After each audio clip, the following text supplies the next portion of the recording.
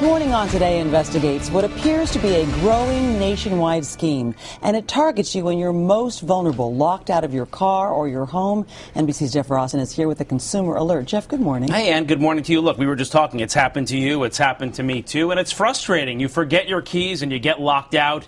Desperate and standing outside, you call an emergency locksmith. But our investigation found some locksmiths are preying on customers, charging outrageous fees, and even using intimidation to shake you down for cash.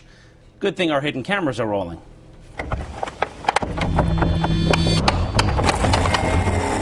Why is this man breaking into our house with a crowbar? No comment and walk away. Bye-bye.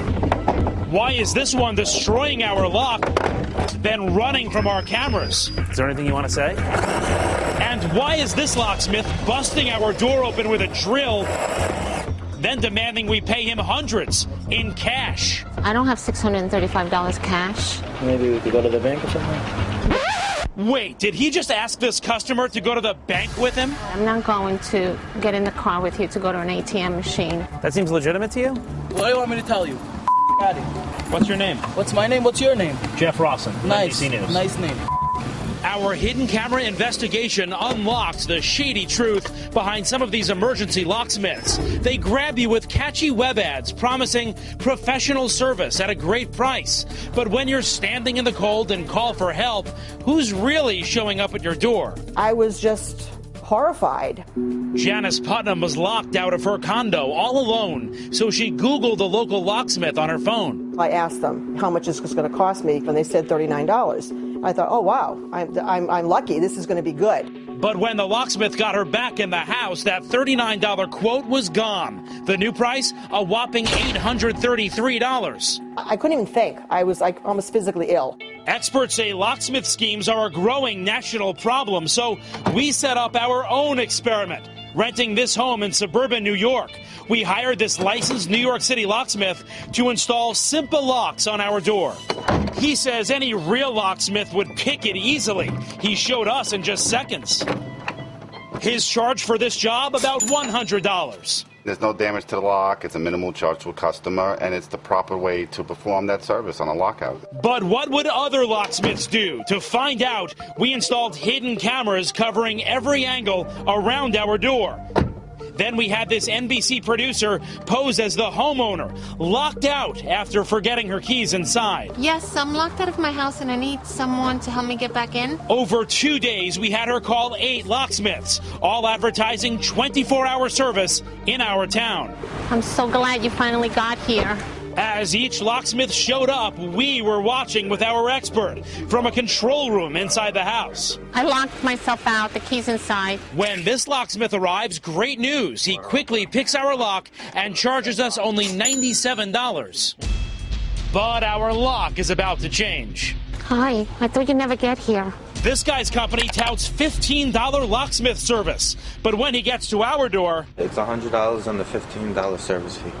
And he's just warming up. Instead of picking our lock, he tries to pry the door open with a board.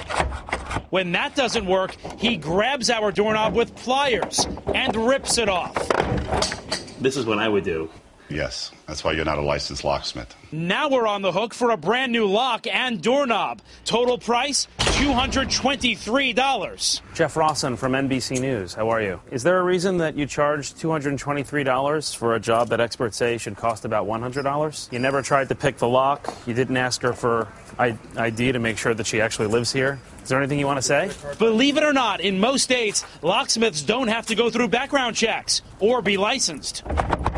This next guy wrecks our lock and charges us $253. What is your past experience? What makes you a professional locksmith? I didn't say I'm professional. His company later told us it doesn't condone his behavior.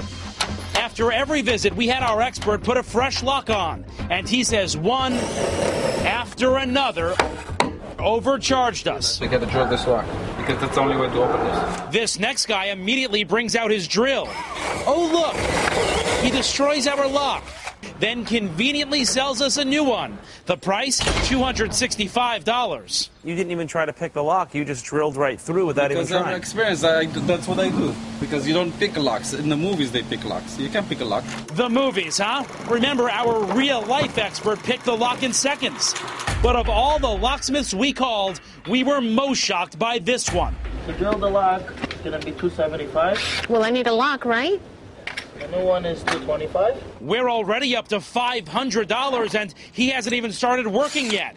Then he begins to drill. Final price this time, $635. It's horrible. That's ridiculous. It's a $100 job. This is $600,000 he wants. Even more outrageous, he wants it all in cash. The credit card machine doesn't work. There's no way you could pay cash?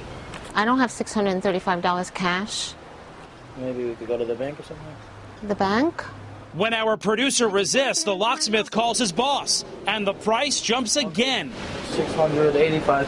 You heard him, $685. Then the boss tries to pressure our producer. I don't carry over $600 in cash on me. Tell him to take me to the ATM, and then he will drive me back home.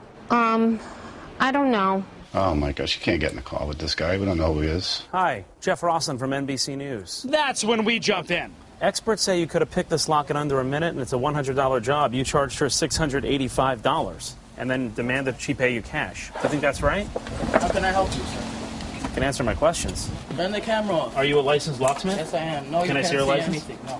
I'm just trying to figure out why you're trying to charge a woman more than 6 times what experts say that job should cost. What do you want me to tell you? Got it. Why are you standing back? You scared? Excuse me? Huh? What? Huh? What did you say to me? What's my name? Yeah. What's my name? What's your name? Jeff Rosslin from Nice. NBC News. Nice name. In the end, our expert says 4 out of the 8 locksmiths we called charged us too much and mangled our locks in the process. And there's more. We found many of these online locksmiths are using fake addresses, making it nearly impossible to track them down even if you do have a complaint. We found some listed in parking lots and abandoned buildings, even churches and schools. Best way for consumers to protect themselves? Well, there are a couple things. I mean, if you're in this situation, what you want to do is try to get the quote, the estimate, in writing before they even start working and say to them, I don't have the cash on me. Will you take a credit card? So you know, and you can turn them away if you don't have the cash and you don't end up getting scared for your life in some cases.